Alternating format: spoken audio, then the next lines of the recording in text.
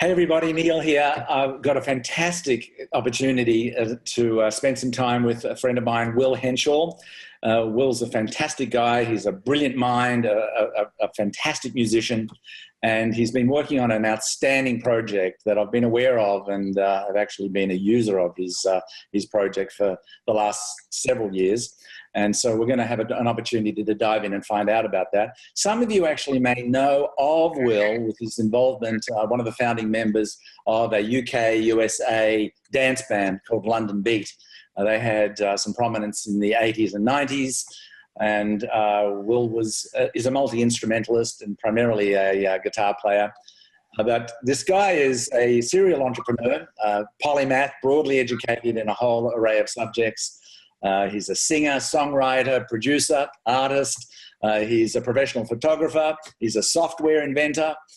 And so here's a guy that brings and has really brought together a beautiful collaboration of his expertise into a project that he's working on that's really growing and becoming more and more widely accepted. It's called Focus at Will.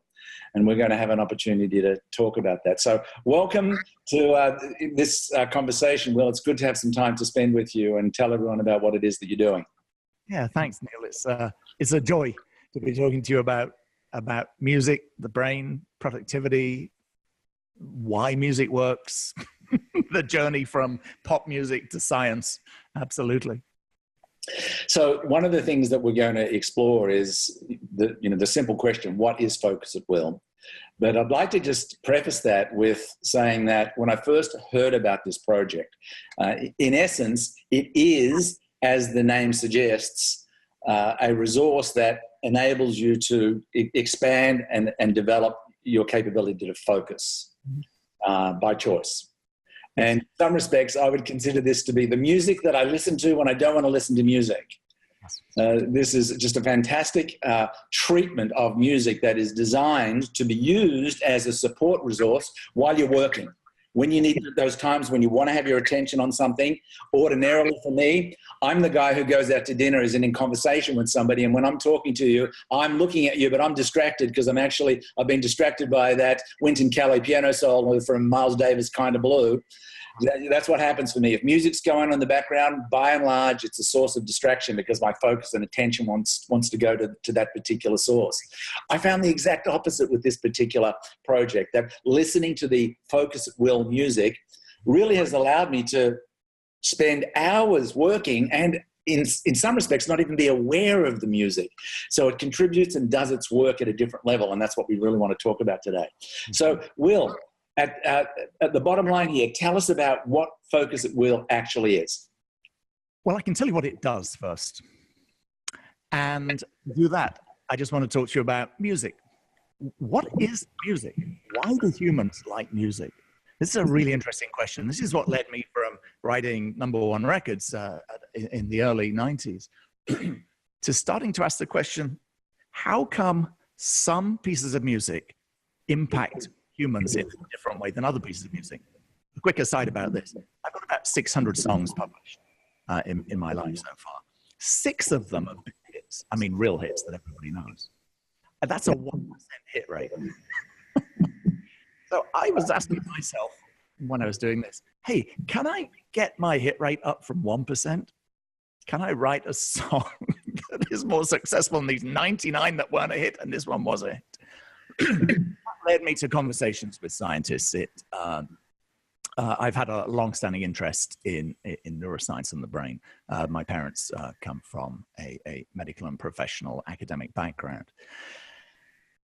And I started to talk to neuroscientists about the way that music is actually received in the brain. So there's 2 ways of looking at the brain scientifically. One is, you could think of the brain as the physiology of the brain. Like, you've got it's a gray thing that sits in here, and then there are nerves from the eyes that go to the back of the head. Interestingly, your eyes are at the back of your head. So you can look at the brain physically and figure out where all the wires go, okay? But there's another study which is called psychophysiology, which looks at the brain functionally. What is it doing? When you look at the brain functionally, it is proven that sound goes in your ears is not processed at all by your thinking structure and goes straight to the part of your brain at the back, which is called the limbic system. It's the part of the brain that people know as maybe the reptile brain, but it's the feeling. It's the feeling part of the brain. The thing that when you're like, oh, I'm moved by this amazing movie. It's the thing that you can't help it. We're all moved by music. And so what happens is music, this is why humans like music. It goes in your brain straight to your feeling. You don't think about it. Music just makes you feel. You can see this if you go to the opera. You can see people there just transfixed. They're not thinking. They are just being moved by the music. And as musicians, you and all of the people that are watching this, we're musicians, and we are in the business of making people feel without thinking. That got me thinking about this other problem.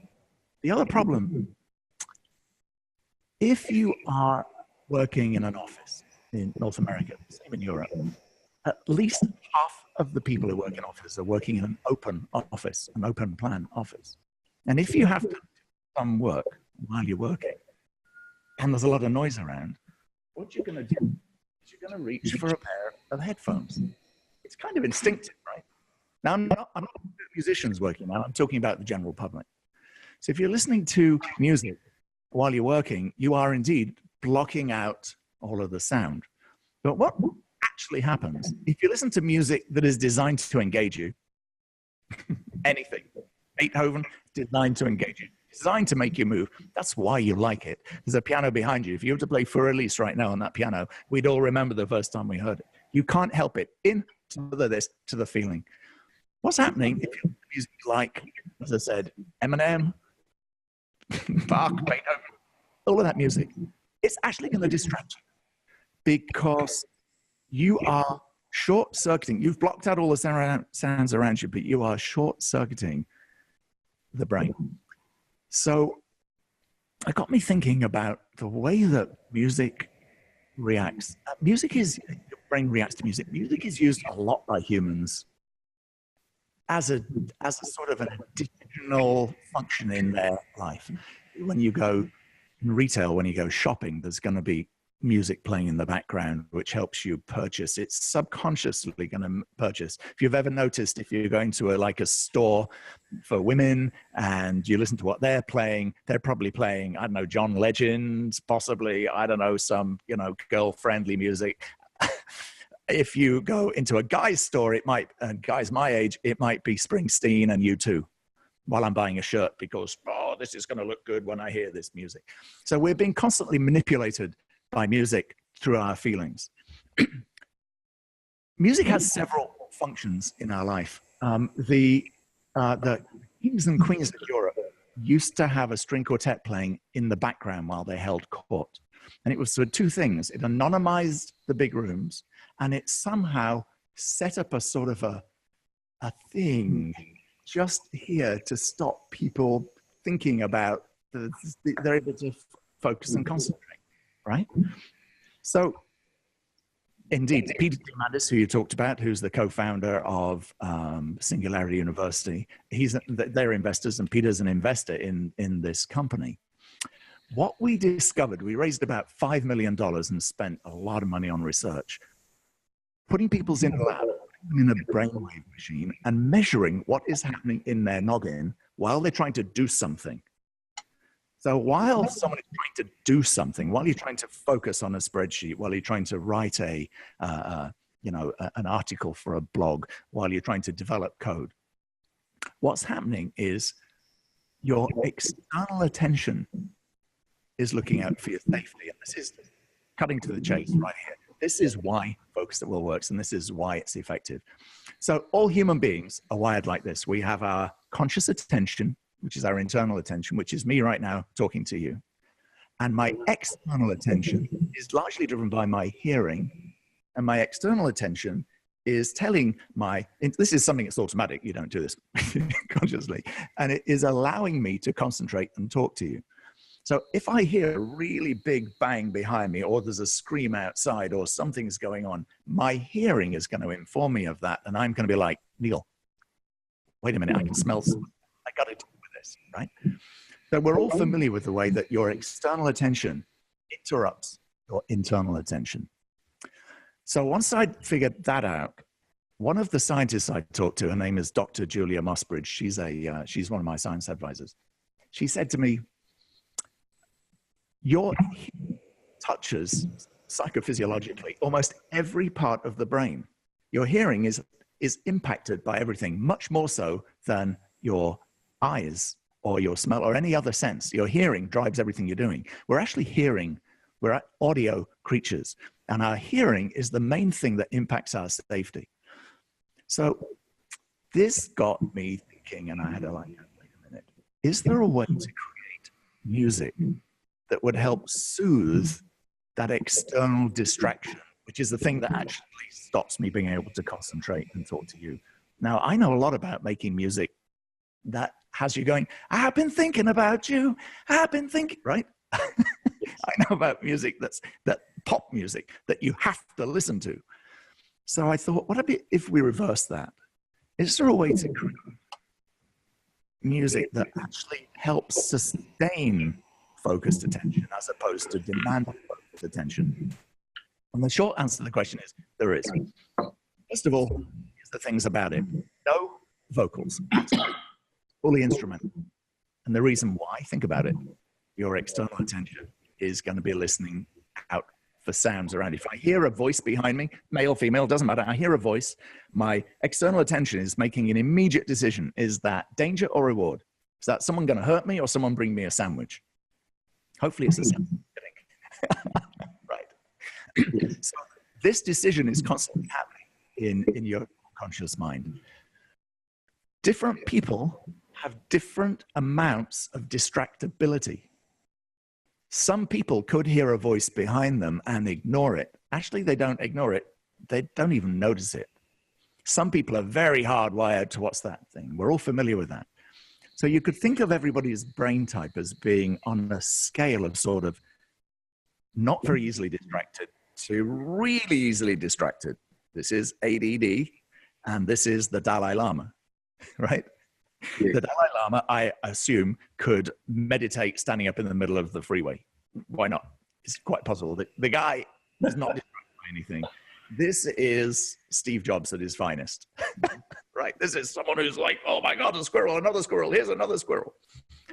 The interesting thing about the workforce is that everybody sits on this kind of scale between, you know, very easily distracted and not very easily distracted. And we discovered in Focus at Will that the music that is played in the background for these different types of people is different. And this is the main thing. We found, obviously, no vocals. We found, interestingly, instruments that sound like vocals are very distracting as well. Saxophones, very distracting. Vo, vo, vo, vo, vo. Miles Davis earlier on, one of the most distracting artists ever. Your limbic system listens to Miles Davis. It just does, because it sounds like a human voice. So the Focus at Will library consists of many, many tens of thousands of hours of material that is instrumental, nothing that sounds like instrumental. We edit out all of the bits of the arrangements that are distracting. So anything too well known is distracting. For Elise to be terrible, we'd never use it because you know it's been on 1,000 ads, right? You might notice we have a channel on our system which is called Classical Piano. Yes. You will hear many different versions of the same piece of music. Mm. That's a strange thing. If you listen to this, you'll like this Mozart's Piano Sonata in C minor, and now I've heard it again in a minute. But what you're listening to is multiple renders of that. And the way that the technology works is that we have multiple renders, multiple versions of that same piece of music. And we've done that by hiring really phenomenal piano players. And we've said to them, we want you to play this. We've got 5 different pianos. To play this 5 times on these 5 different pianos, and we'll record them in 5 different ways with different mics and so on. So we'll end up with 5 different recordings, slightly different keys, slightly different speeds. The pianos are all out of tune. This one's at 440, this one's at whatever, you know.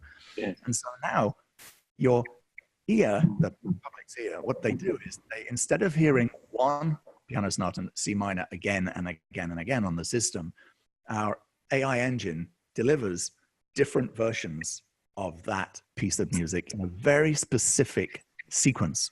So what we're doing is we're managing it's something called your exogenous attention, which means your external attention. We're managing someone's external attention by playing them pieces of music in a very specific sequence. And the music, the relationship between the different keys and speeds and intensities of each render, of each version that's recorded and played back in the system, is why the system works. It's all music theory. It's so interesting. About music meeting science. It's art meeting applied productivity. I love it. Fantastic. The more easily distracted you are, the more energy you need in the audio stream to help you focus and concentrate.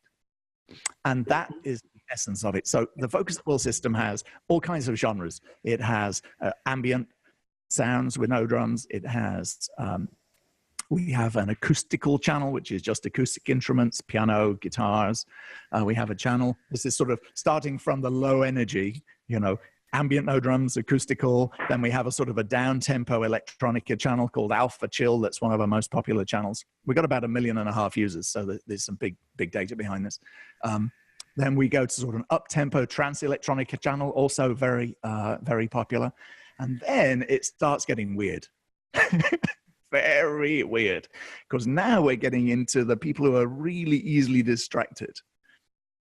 Interestingly, the top 15% of the population in terms of productivity, success, ability to deliver are also the top 15% of the population who are most easily distracted. We have found these 15%, which is the Google employees, the Tesla employees, the Apple employees. By the way, we have many of those employees using our system. They need music that sounds very noisy. And so we have several channels on our system that are designed for people with ADD, or even if they don't admit to being ADD, they are kind of ADD. So we have a channel called the ADHD 1 channel on our system that sounds like a car door slamming constantly. It is nuts. And what happens is people who are very easily distracted need a lot of energy and stimulus in their sound environment to be able to concentrate. These are people who are good in a crisis, right? These are people who are able to work well when there's a lot of stuff going on. Think about what people do for a living for a minute. How about battlefield surgeon? Any kind of police work, any first responder work, emergency room work, right? Entrepreneur, if you're an entrepreneur, there's a lot of stuff going on. Everybody's family has one person. If there's a crisis, they're always like, I got this. That is a person who actually is incredibly competent and capable and very highly productive, but they need a lot of stuff going on. So what about when there isn't a crisis, when there isn't a battlefield going on? Well, what you can do is you can listen to Focus at Will. And when you do that, it's able to kind of stimulate your brain in a way to create an audio stream that will help you focus. And that's what it is. By the way, there's a quiz on the system. You just go to the homepage on the site, which is focusatwill.com. And there's a quiz that will actually recommend which type of music will work for you based on your brain type. It's a scientifically designed psychological test.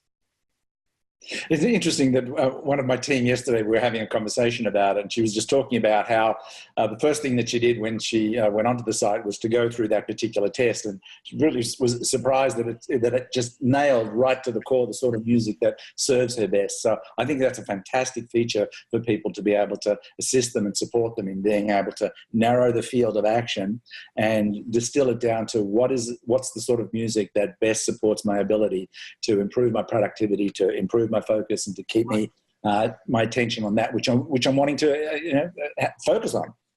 It's not music you like. That's the weird thing. If you like Baroque music in the rest of your life, it might not be the best tool for you to use when you're working, because you just said the most effective music for when you're working is music you don't listen to. You just want it to just deal with this so I can work. Yes. Don't enjoy it. In fact, we tell people, if you notice tracks in Focus at Will, you're probably on the wrong channel. You're on a channel that just fades out into the background when you work, so you get stuff done. It's a strange thing about that, Will, because I find that, as I mentioned earlier, I've been on the site, using the site since 2015. So this is my third year. And one of the things that surprises me about it every time that I'm actually at my desk with the music being played is how oblivious I am to it.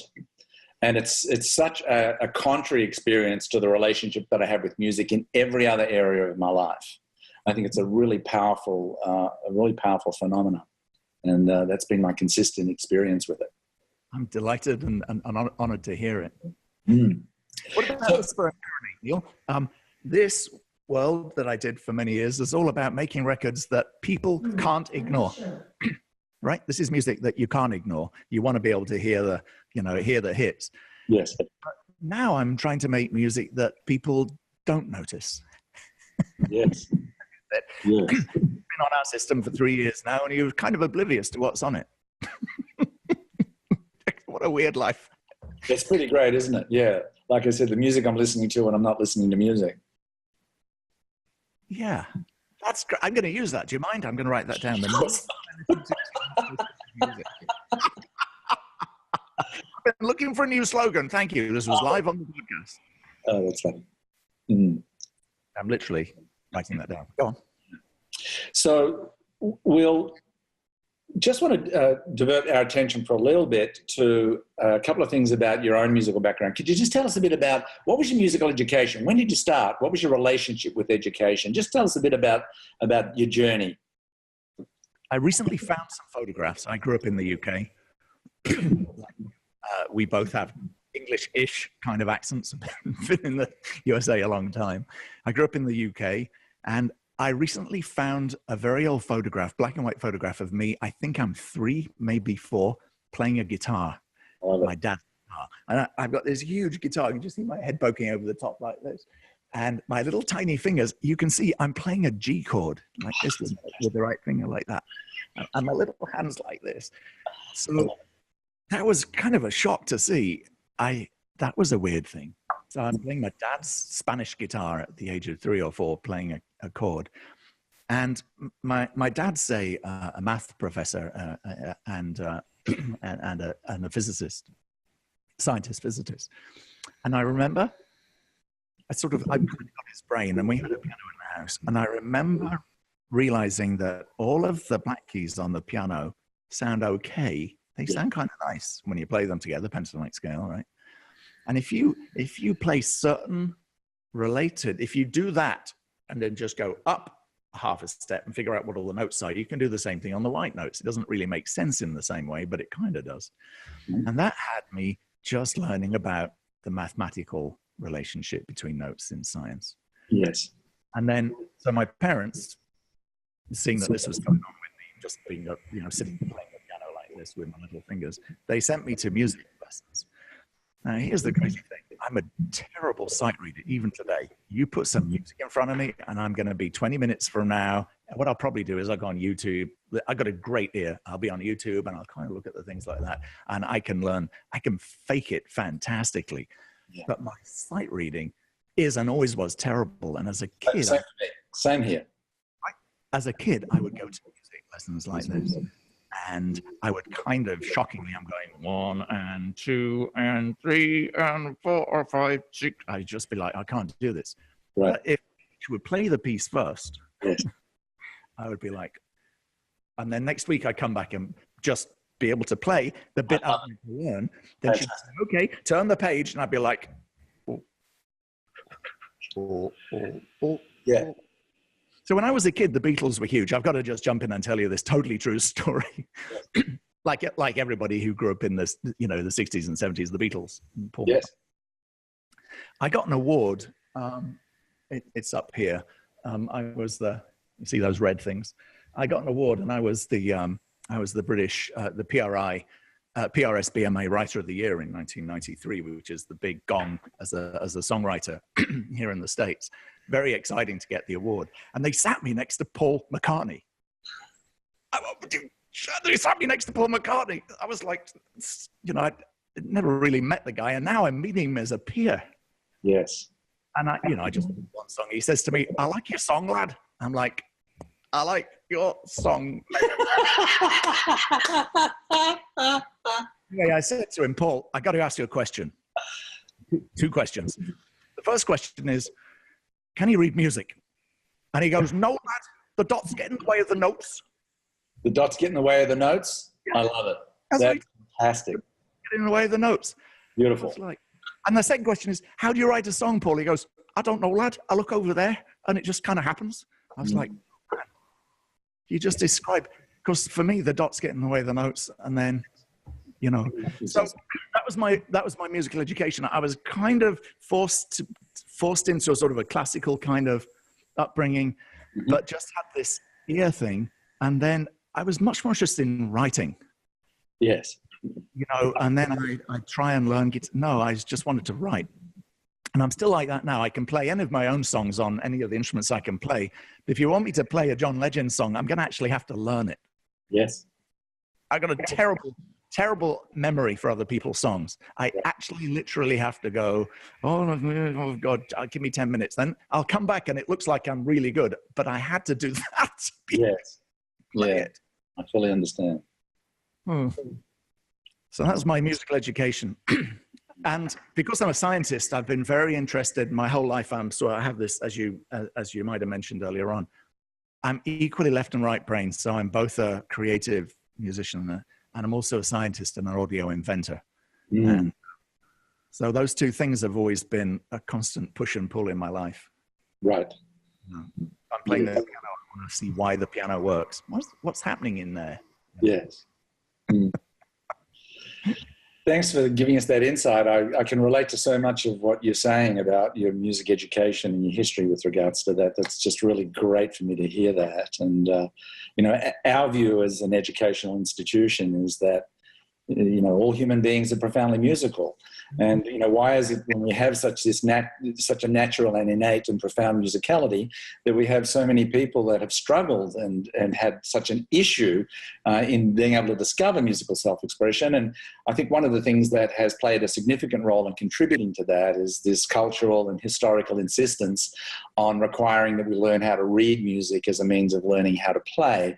When, like Paul McCartney said, the dots get in the way of the notes. I just think that's so simply and beautifully said. I just really, really get it. And philosophically, of course, our approach is let's get students connected to the instrument and let's get that natural musicality that underscores their walking and their talking, and let's just redirect that into their hands and let that music express itself without any of the math and theory getting in the way. And once we've built that relationship and that foundation and we're playing and really connected and nourished our musicianship, we can then add the theory in and bring more of that technical understanding.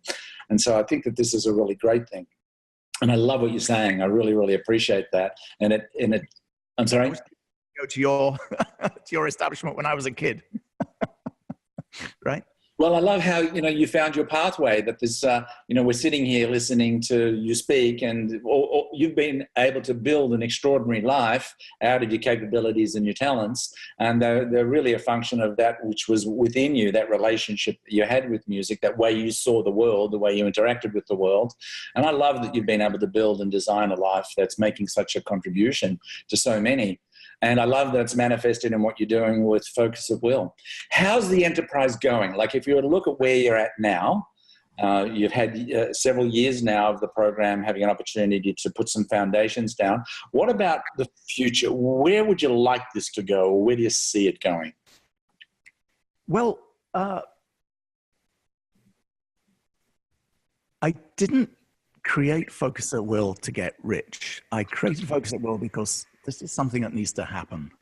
There was, and there still is, no direct competitor to what we're doing, which is we created music library that is driven by a machine learning AI server system that delivers the tracks to people in the right way. And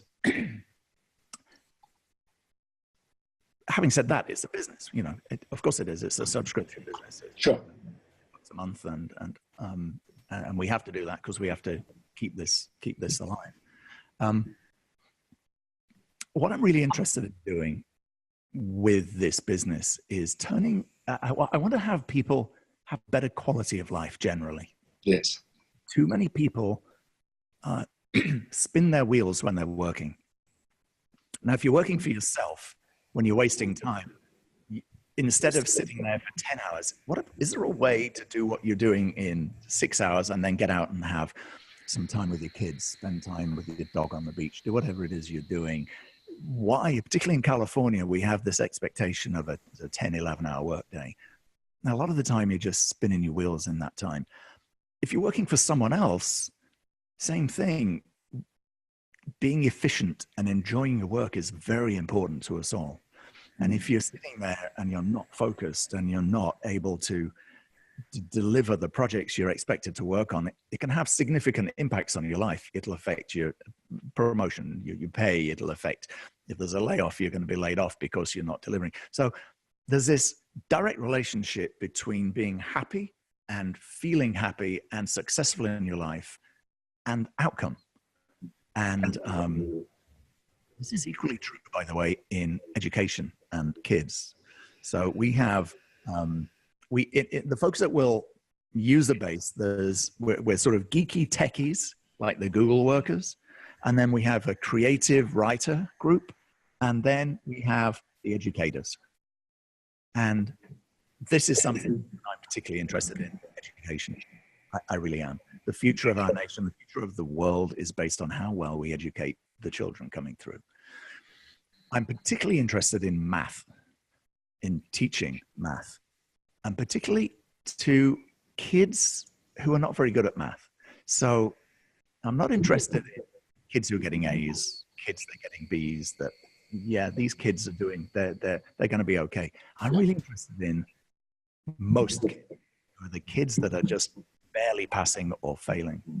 Is there a way that we can use music when they're studying to help them increase their math grade?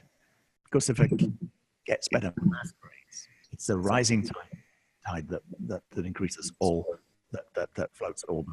It's been shown that if kids both, also, of course, you know about this, kids that learn music, but kids that do better at math, and they do better at math if they learn an instrument, but kids that do better at math have cognitive, logical skills that allows them to be better at everything else. So math is the most important skill that a kid needs to learn. And so where I'm going in the next few years with this business, and I've talked to Peter Diamandis about this and a few other people, is we want to create a version of our technology that is specifically aimed to help kids doing math homework. Fabulous. I'll tell you something, people watching this, if you have teenagers, you will hear this. I want to listen to the music I want to listen to. It's none of your business. I'm here. And what's happening is the kids are listening to Skrillex, whatever. They're listening to their music while they're doing their homework. Well, what's happening is this music is designed to engage them, and they are distracting themselves significantly. We've got a new research project underway at the moment. It'll be another year before we get the real results.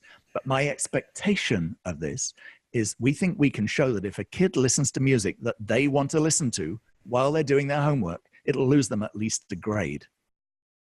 Just a grade. Just by listening to music they're trying to listen to when they're doing their homework.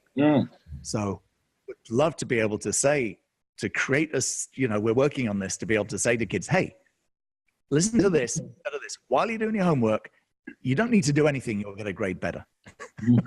Yes. Anybody who's got kids knows about it. It's the heart cell. You don't need to do anything. Just change the music you're listening to. Yes. You have to work harder. Nothing. So that's what I'm really focused on. Kids who do better at math, just generally in life, being numerically illiterate is not something that you notice. But if you keep your eyes open, just around, you'll see there are some people who can't really do math in their head, who can't add a tip to a bill in a diner. they just have to look at the numbers when they're in Costco. You don't have this running math that you have if you're numerically literate. And so I'm very focused on that. Just to come back to what I was talking about music, the reason why instrument learning is so important is, as you said, playing an instrument connects you to your own soul, your own heart. It connects you to your feelings. And as I'm sure you know, there's been some very powerful studies to do with music in the public education system here in the USA, and how kids that get strong music education, whether it's singing or dancing or some connection to music, it makes them, there's less truancy, there's less bullying, there's a lot of, it creates social cohesion, and it then helps them in their math, which then helps them with everything else. Yes. And a rant.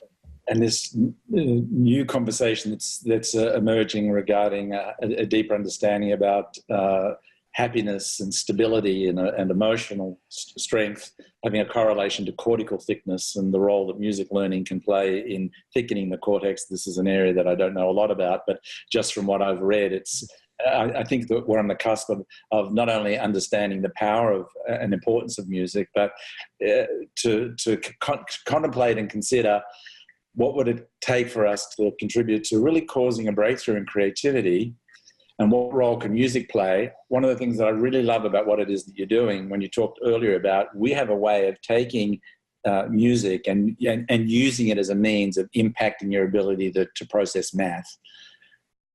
And impact your ability to use that facility so much more powerfully in your life. And I love that music's the tool, or one of the tools that you're using to support that. It's really fantastic, Will.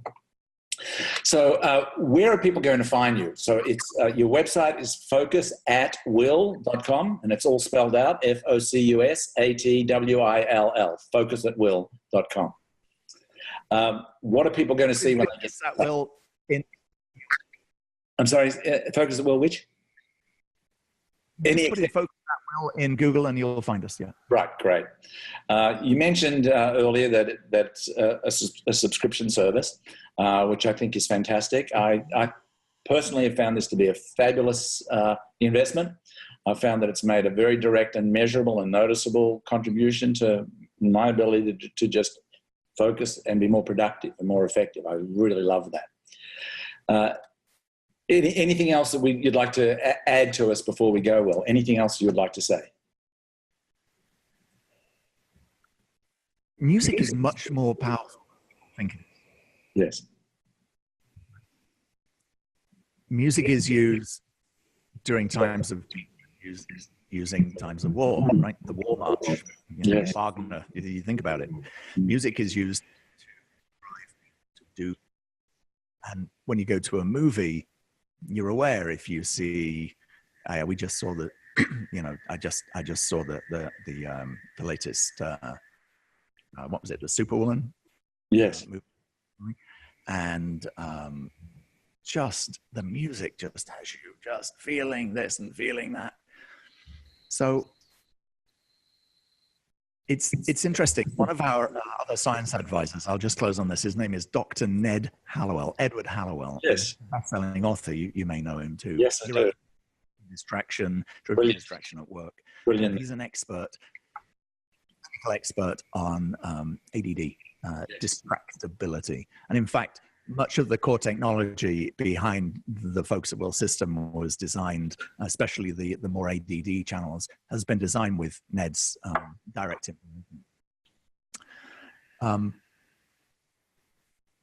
Ned has, very interesting, he has said that there's a lot of legal liability in the medical industry. You've got to be very careful with medication. Kids with ADD, of course, they're taking very strong stimulants, basically methamphetamine, which is, would you give a 10-year-old that stimulant? Like, I'd be like, no, but he always prescribes or recommends Focus first. Because prescribes and recommends Focus at Will first? Yes. So when he has people in his practice, he's based in Boston, offices all over the country, they recommend one of the first things they try when a kid comes in who's really distracted. One of the first things they try is, hey, just try this first. And many of his kids are able to calm down enough using the music stream to then be able to start a proper conversation. There are a number of his cases that have just had me have to stop what I'm doing and just go, wow. And I just want to end this conversation with a quick story. Please. He had a kid who was brilliant. He was 16 maybe, hadn't ever been able to finish a test at school. So his scores were like, there were no scores. Started using the focus of tests. Started to actually be able to complete tests. Went from a 0 to like a 99. Subsequently was able to actually get into college directly using this. And he was involved with Dr. Hallowell, doing other things to help him be able to focus and concentrate. But the focus of will system was a key tool in getting this young man able to actually get into the process. Yes, like that grounding factor. Yeah, what is the first thing you need to do to be able to go there? If you can't even stand still long enough to get on the, to be able to even do a test, which you could ace. So music has this incredibly powerful impact on humans' lives in a way that is not always obvious. Yes. Yeah. Well, firstly, thank you for what you contribute. I love hearing about what you've accomplished. Secondly, your journey, and mostly how you've been able to just bring that together and coagulate that into something that's just so rich and so deep and so broad, that offers such an elegant simplicity, that has such an enormous impact and has such a way of being able to contribute to people in such a diverse way. I want to acknowledge you for what it is that you've achieved, and thank you for your commitment and contribution to the world of music. It means a lot. Thank you very much. It's been a pleasure to speak with you today. Will Henshall, focusatwill.com. It's a fantastic program. Thanks for spending time with us today.